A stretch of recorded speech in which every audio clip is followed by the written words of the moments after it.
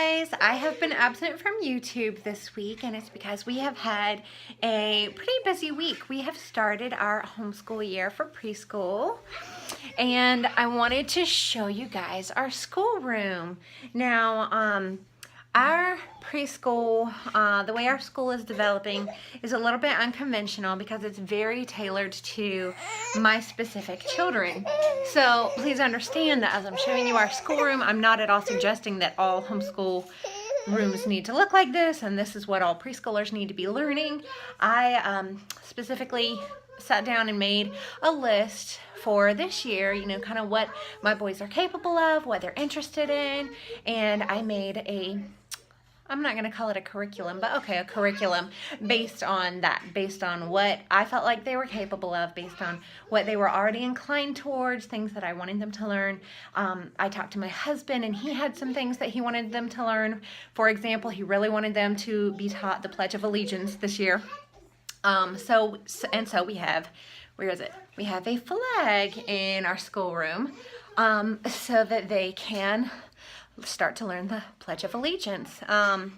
So anyway, yeah, I'm going to give you a tour. We have this great shelf, and this used to be our playroom. So this shelf was filled up with lots of toys, but I have really minimized and done a lot to cut back on the amount of excess toys we have.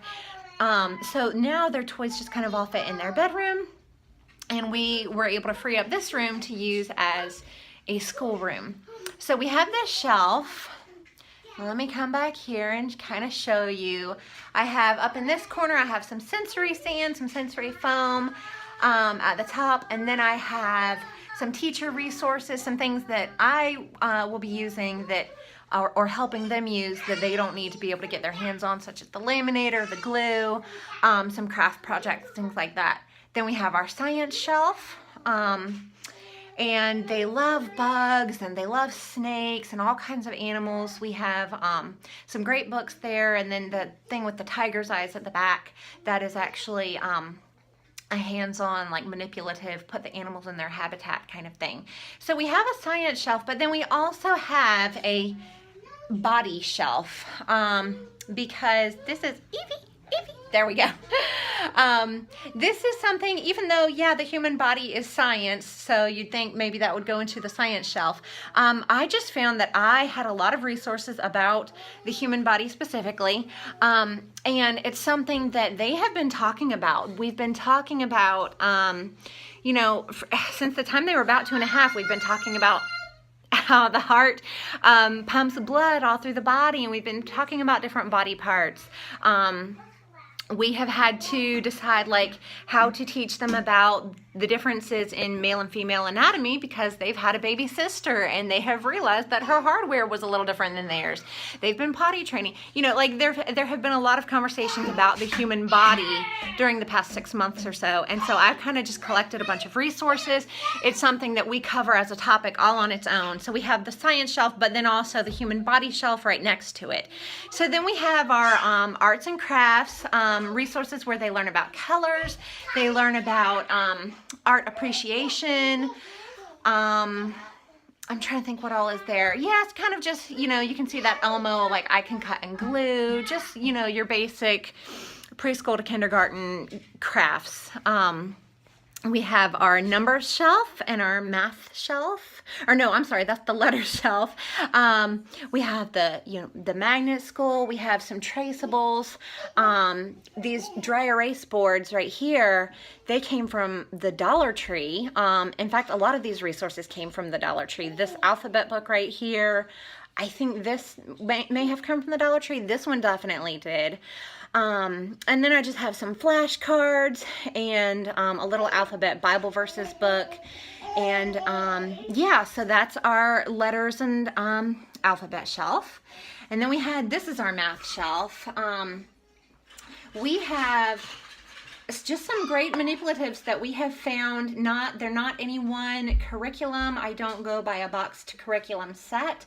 I just pick up what I can find here and there and everywhere.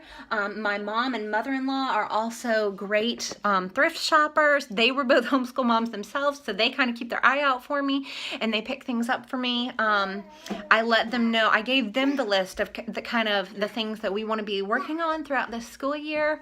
I haven't made a YouTube video about that. I did last year's school year, but this year, anyway, I gave them a list, and so they're kind of, oh, you peed on the floor?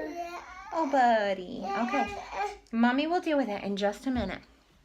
We peed on the floor. And your pants off? Okay, wait just a minute, buddy. Mommy's almost done. Okay, so we have our math shelf there. And then we have one of the big things for this age range is learning about critical thinking and patterns and designs. So we have some different things there. Here's my little teacher's nook where I keep like dry erase cleaner and stickers. We have a great dry erase board on the wall. And then we have just a simple, right now we have a toddler table in the middle of the room. And, oh buddy. And then we have a high chair over there for the baby so that she can kind of eat her Cheerios or, you know, do whatever she can do while I'm doing preschool with them. And we have this horizontal bar. This was here back when this was a playroom. We had a horizontal bar that Alan, my husband, built for them this past Christmas because they've been, as you can hear, they've been getting very physical. You know, having 3-year-old twins, there's so much energy and so much testosterone in this house. And sometimes as I'm reading to them, either their science or whatever, they just need to get some energy out and move. So I'll tell them while I'm reading, you can either sit and listen or you can go swing from the horizontal bar. So yeah, that's our schoolroom. I think I've kind of covered everything. I do have a couple more shelves at the top here where I have some more resources for myself. You can see I have like some what your first grader needs to know and some books that they'll be using in the future when they are a little bit older, but I had for whatever reason, or I found at good deals, and so I decided I have to go ahead and grab those while I can, and we'll just put them up for future use. So yeah, that is our schoolroom. Oh, and one last thing, and then we also have all of these games down here, games and manipulatives. We have puzzles, so the boys love the solar system. We have a big solar system puzzle. We have, oh, baby girl. We have like some art stuff. We have a world map puzzle. One of the things that I wanted to teach them this year was geography.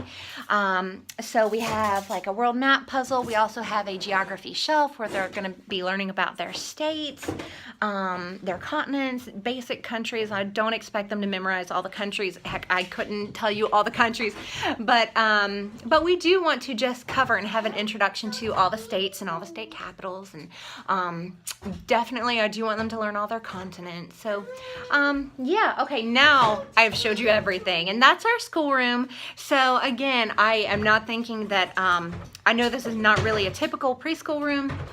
Baby girl, you are being noisy. I better go and clean up some pee on the floor, but I did want to just make this quick video because I have been a little absent this week, and I wanted to show you guys what we've been up to. So I hope y'all have a great week, and if you have any ideas for me for my schoolroom, let me know. Bye guys, I'll see you later.